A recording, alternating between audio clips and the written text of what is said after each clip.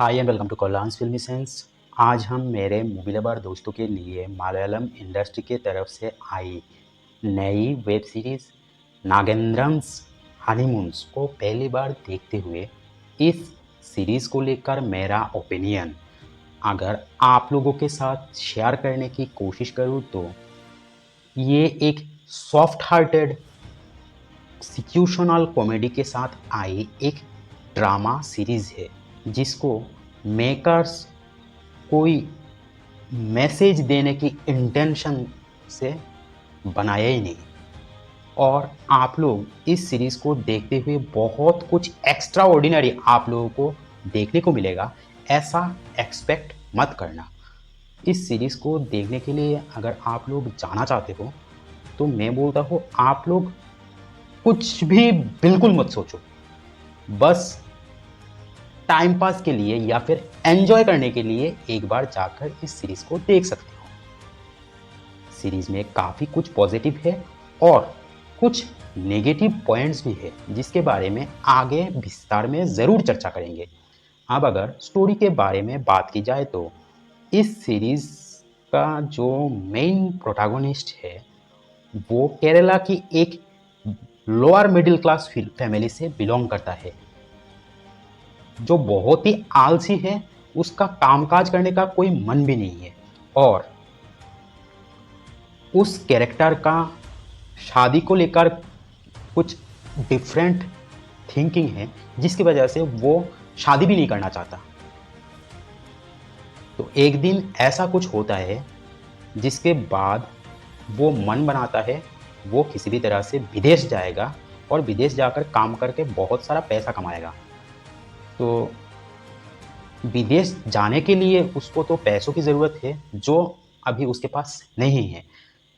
तब वो सोचता है मैं शादी कर लेता हूँ तो उसमें मुझे जो दहेज में मिलेगा उसी पैसों से मैं विदेश चला जाऊंगा। तो तब वो कैरेक्टर जब पहला शादी करता है उस शादी में उसको कोई दहेज नहीं मिलता। तब वो कैरेक्टर किस तरह से विदेश जाने के लिए बार बार नाम बदलते हुए बहुत सारी लड़कियों से शादी करता है जिसका कभी मन भी नहीं था शादी करने का। वो कैरेक्टर किस तरह से बहुत सारी लड़कियों के साथ शादी करता है और उस शादियों से मिला दहेज को इकट्ठा करते हुए विदेश जाने का सोचता है।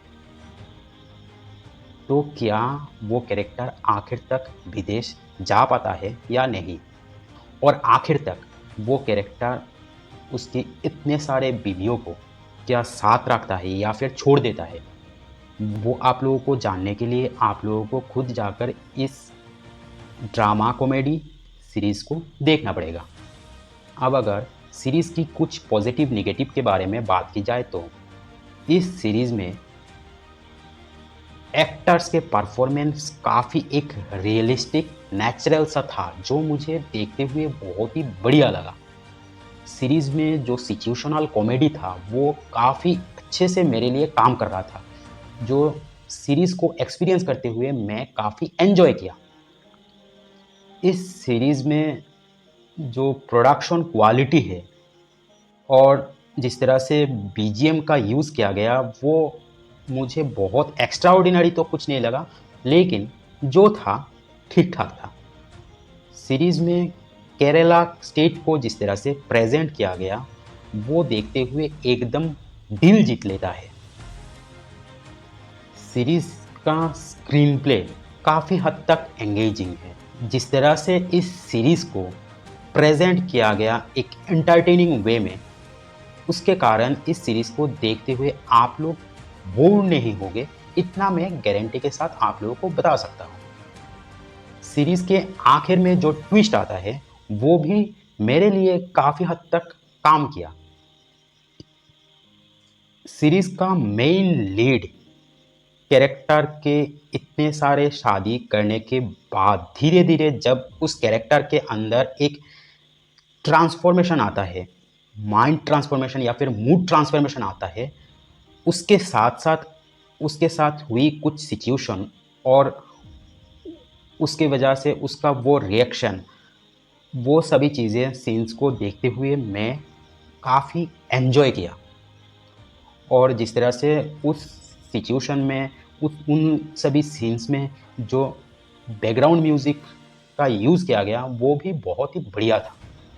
अब अगर सीरीज़ की कुछ नेगेटिव पॉइंट के बारे में बात की जाए तो इस सीरीज़ में फर्स्ट एंड सेकंड एपिसोड का जो स्क्रीन प्ले है वो शायद आप लोगों को थोड़ा सा स्लो और बोरिंग लग सकता है। ऐसा मुझे फील हुआ सीरीज़ को देखते हुए।